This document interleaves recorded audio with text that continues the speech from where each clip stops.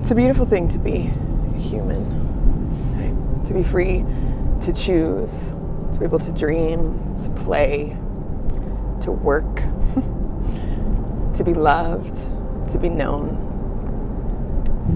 But I also wonder about the other side of what makes our humanity, our experiences of pain and suffering, disappointment and loss. These are the other side of that coin, the other part of what it's like to be human.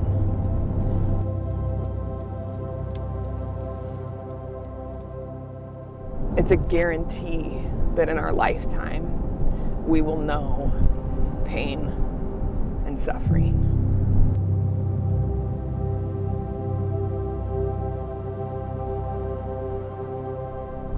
There'll be gut-wrenching curveballs that come in our lifetime despite all that we do to try to protect ourselves, our circumstances, and those we love. We can't actually control these things.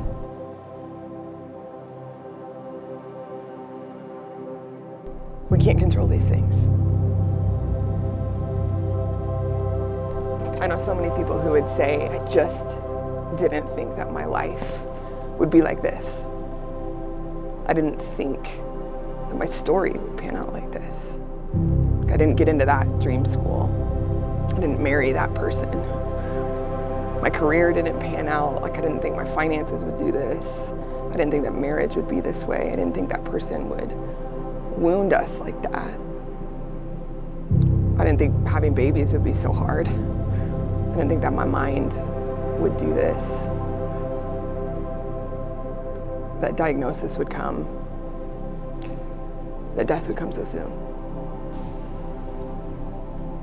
Yeah, I think that's all.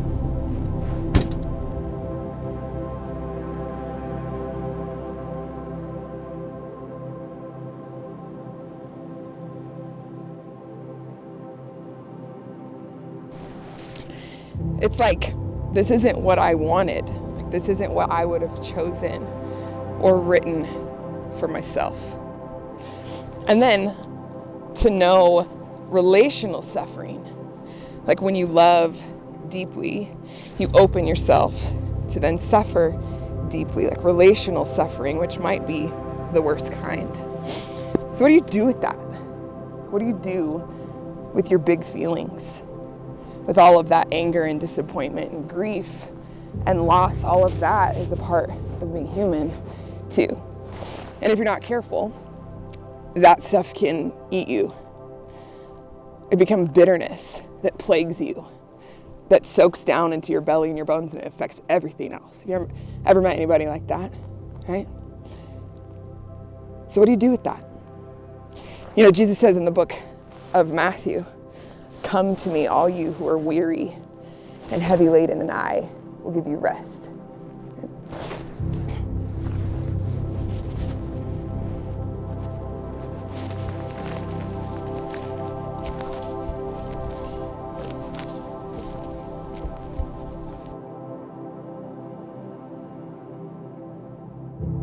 And yet sometimes we think when those things happen to us, like we can't actually go to God. We can't actually be as honest as we really are. Like we're not allowed somehow. Like, shouldn't we be more reverent, right? Shouldn't we be more respectful? Shouldn't I get my act together a little bit? Like, is it allowed to even be honest and real like that? So all that weight, all that disappointment, all that anger, all that fear, we carry it, we eat it, we wear it, right? It becomes a part of us. You know, Elizabeth Elliot described suffering as having what you don't want or wanting what you don't have. Suffering is having what you don't want or wanting what you don't have. How heavy is that for you?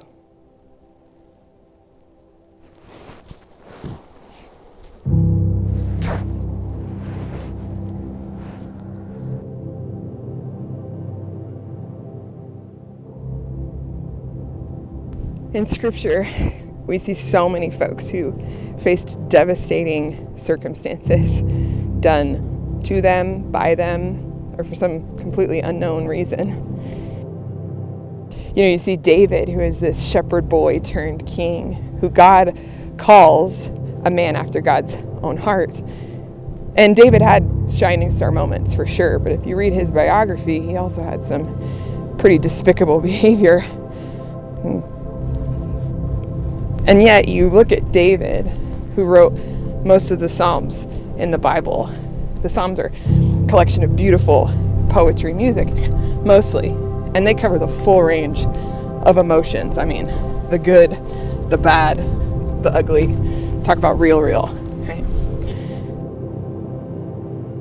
Stuff like we see in Psalm 6, where it says, I'm worn out from my groaning all night long. I drench my bed with weeping. I drench my couch with my tears. Or like we see in Psalm 69, I'm worn out, calling for help.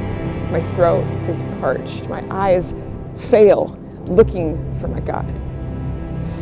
The thing about all these, though, is that they start with my Lord, my God. You know, Israel got in trouble. They were grumbling, but they weren't talking to God. They were complaining to each other. Whereas David says all this very brutal, honest stuff before God and to God. There's this other account in Scripture, this guy named Job. It's a devastating account where everything is stripped from him, like health, wealth, friends, family. It's all stripped away. And you see this, there's this enemy, there's this accuser that comes before God and asks to take everything from him, because Job is this blameless, upright man. He is. He doesn't deserve or earn anything that happened to him. But God allows everything to be stripped from him. He didn't prevent it. And you see Job in his process, and he is honest. I mean, he says, like, he basically calls God a bully. He demands that God answers why all this devastation, right? And the beautiful thing is that God does show up for him. There's these beautiful 4 chapters where it's this poetic description, almost sassy, of God, really, where it describes all of the things that God is doing. He doesn't answer any of Job's specific questions, but he does reveal himself and his power and his presence and his perspective, and it changes everything.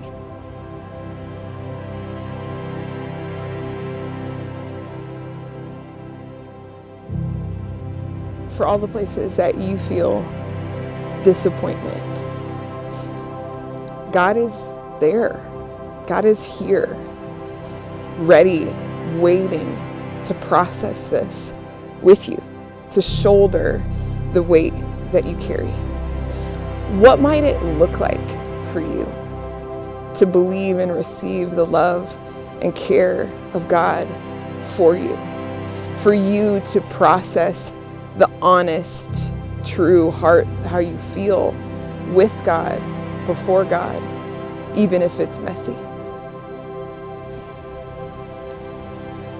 Disappointment is a part of being human, but God can handle your honesty before Him. So may you have the courage to name your disappointments honestly before God, and may you know the depth and breadth of God's delight and grace in you. May you have a peace that makes no sense, and may you find that God shoulders the weight you carry alongside you.